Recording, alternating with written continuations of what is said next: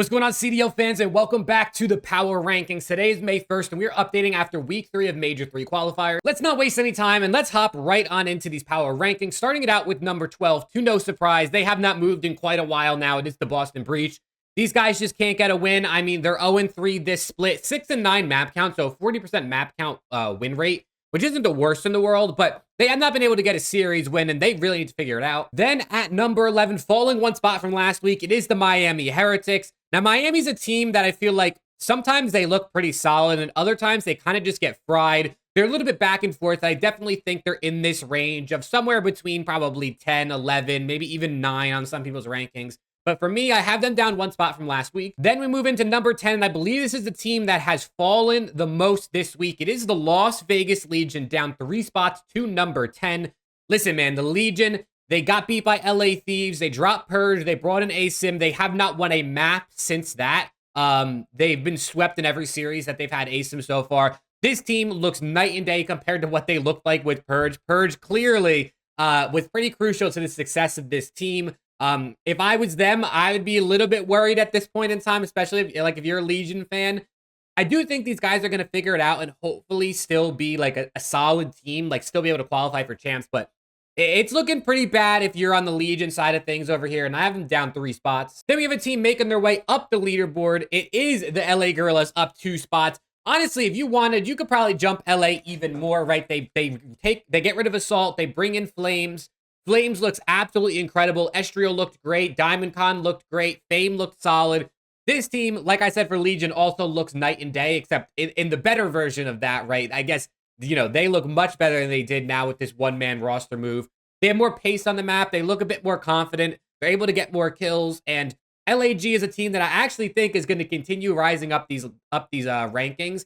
And this is good for them, man. This is really good for them because now they can get points online, and hopefully they can still get points on LAN. Obviously, Assault was pretty solid on LAN, so we will see at Major 3 how they actually end up performing. But for now, if you're an LAG fan, which I don't know a single one of you, let me know if you are in the comments. This is definitely looking good. Then at number 8, falling 2 spots, it is the Carolina Royal Ravens. Now, the Ravens are 2-3. They have an 11-11 map count right there, 50% map win rate. So honestly, still pretty solid. They just caught a couple L's recently that kind of has them dropping. They're obviously coming off of back-to-back losses to LA Thieves and Toronto Ultra this past weekend. So, you know, like I said, they're dropping just because of, you know, having their losses recently. But I still do believe Ravens is a team that's competing for top 6. And then to round out our bottom 6 teams, at number 7, I have the Minnesota Rokker, who is up 1 spot. Another team moving up the rankings here. Minnesota reverse swept the LA Thieves. I was heartbroken. I wasn't actually watching the match live, but I kind of was getting updates on Twitter because I was out during the time this match was on.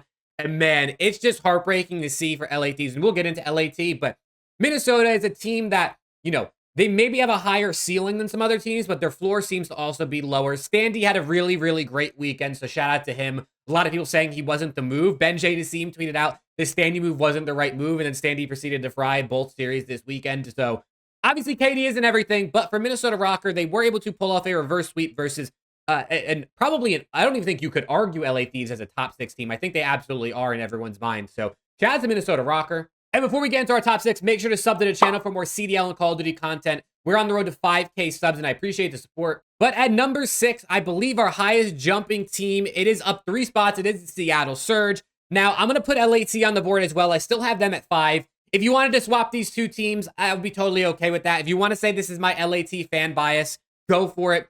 For me, LAT, they went 1-1 this weekend. Obviously, they beat Ravens, who a lot of people had as probably the top 5, top 6 team.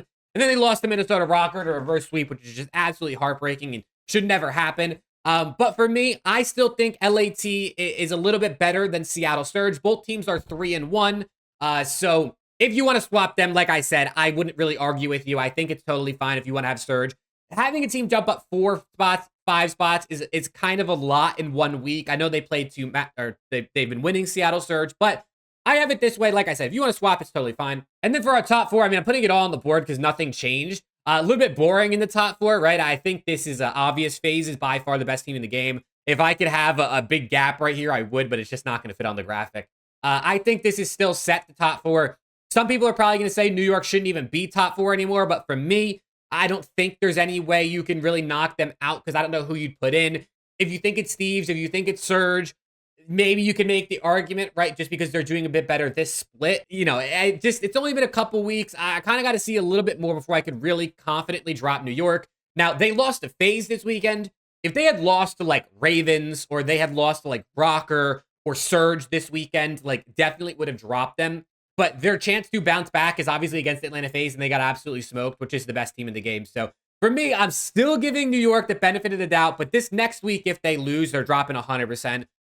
It's also just another case of, like I said, I don't really know if I can move Thieves or Surge over them at this point.